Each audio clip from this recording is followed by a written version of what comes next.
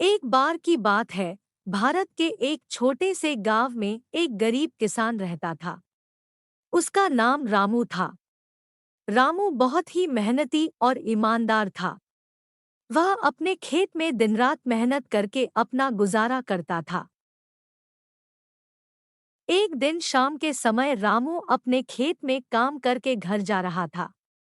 तभी उसे एक अजीब सी आवाज सुनाई दी। वह आवाज बहुत ही डरावनी थी।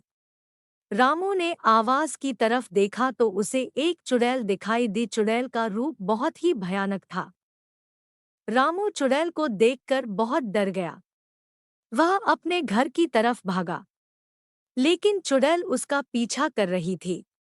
रामू बहुत तेज दौड़ रहा था, लेकिन चुड़ैल उससे भी तेज दौड़ रही थी। अंत में रामू ने अपने घर का दरवाजा खोला और अंदर जाकर उसने दरवाजा बंद कर दिया और सो गया।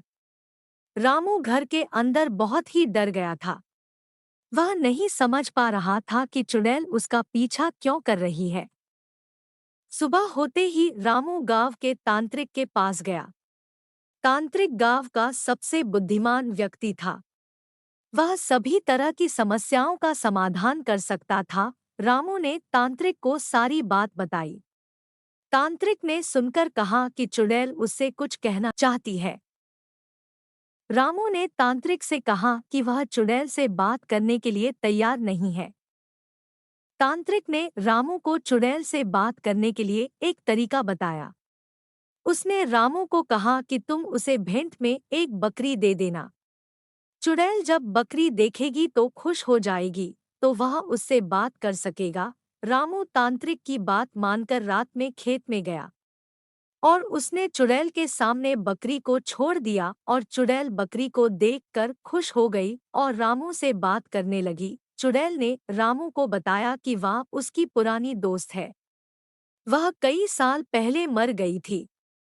उसका शरीर उस खेत में ही दफन है। चुड़ैल ने रामू से कहा कि वह उसके शरीर निकालकर उसे गांव के कब्रिस्तान में दफना दे। रामू ने चुड़ैल की बात मान ली। उसने अगले दिन गांव के कुछ लोगों की मदद से चुड़ैल के शरीर को निकालकर उसे गांव के कब्रिस्तान में दफना दिया।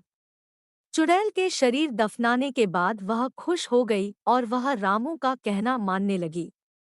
चुड़ैल अब रामू की दोस्त बन गई थी। वह रामू की मदद करती थी और रामू की रक्षा भी करती थी। रामू और चुड़ैल दोनों बहुत खुश थे।